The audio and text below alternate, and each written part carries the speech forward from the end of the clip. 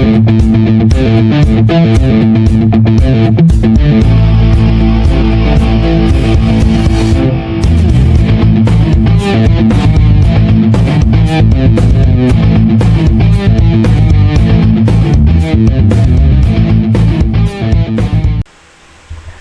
guys, welcome back. This is RTR Budget Bills again.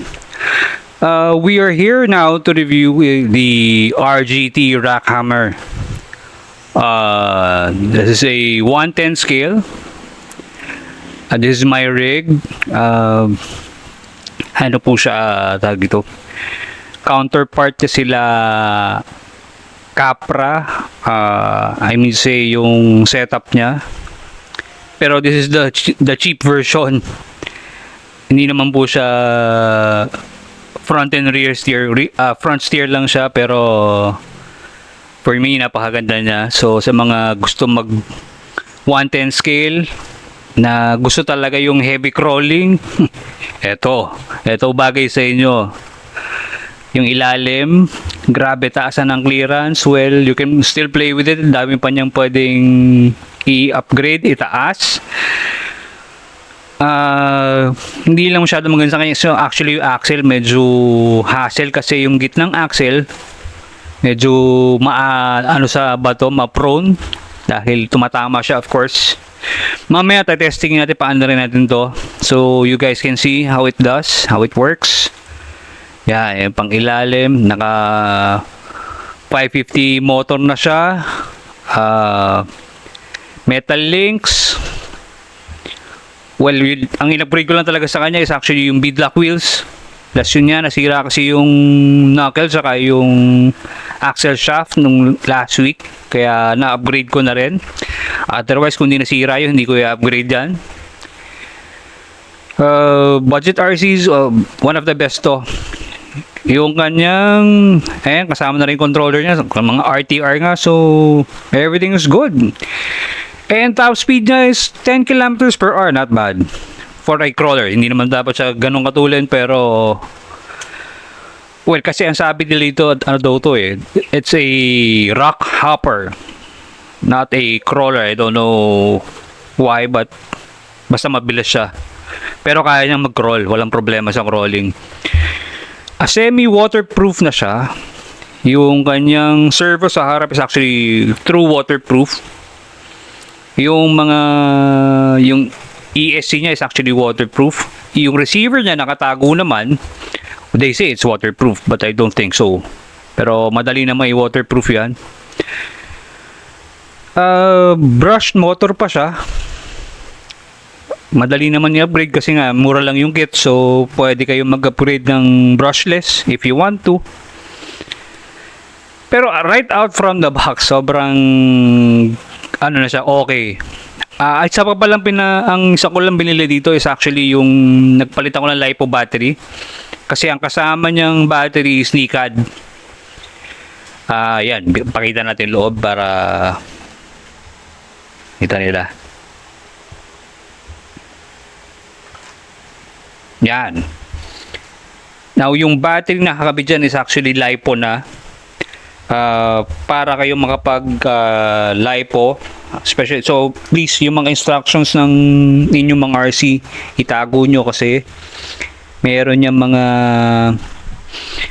ito, pakita mo to. Meron yung pin dito sa gilid. Meron yung pin na ina-adjust from Nikad battery to LiPo. Sa instructions nyo yung makikita, pinapaliwanag yan dito yan sa loob, dito sa gilid. Kailangan i-adjust nyo yun sa dulong pin, sa either dulo o kabilang dulo. Well, depende yan sa kit ninyo or sa rig ninyo, sa brand. I don't know yung iba, pero if yung inyong rig ay naka-Nikad pagdating sa inyo at gusto nyo mag-LiPo, ililipat nyo yun. Ganon din, baliktad din. Kung babalik nyo yung inyong Nikad, gagamitin nyo, ililipat nyo ulit yun. So, ingat-ingat po tayo. Huwag basta saksak ng baterya. Ito, yung original na is actually a Tamiya plug. So, I had to buy an adapter para dun sa LiPo. I have another LiPo, Jax battery. Filipino made siya. Locally made sa atin yun si Jax. Hanapin nyo lang sa FB page. Nandun lang siya. Alam ko available sa ibang mga shops dito sa atin. So please support our own. What else? Actually ito naka aluminum chassis na siya. So apaka tibay na nito. I'm sure it's gonna last. Ang mga masisira sa tingin ko ito mga axle. Later on, sigurado papalit yan. Meron sa kanya, kung gusto niyo magpalit talaga ng metal axle nito, meron. Actually, kasa sa kanya si Axial. Yung pang 110 ni Axial kasa sa kanya. So, sa parts, wala ganong problema. May na-order din naman from online stores. Kompleto from the gearbox to the gears to everything, to the shocks. Actually yung shocks susurin later on. Baka magpalit pa ako harap likod, pero later part yan. Tsaka of course yung servo, kasi ilan to, 15 kg lang yung servo ko. I want it at least mga 35 sana, para medyo mas maganda yung, mas mabilis and mas responsive yung play niya. What else? Yung controller ko, receiver ko, I also want to change it later pati. So, syempre, ECS din, papalit din ako. Yan. Ito pala, yung lights. Pakita natin yung lights. Ito, bilili ko. Online lang, napakamura. Parang 200 pesos lang. Kinabit ko lang siya. Ako lang nagkabit. Yan po itsura niya. Mukha siyang ile, lalo pagkagabi. The lights are actually white. Pininturahan lang namin ng yellow, ng clear yellow. So, ang kulit ng itsura niya. Sa mga trailing sa gabi, ang ganda niya tingnan. Actually, I wanted to put more lights. The problem is, of course, tumataob yan eh. So, medyo scary pag nilagay mo sa tuktok, kahit mura, sisira.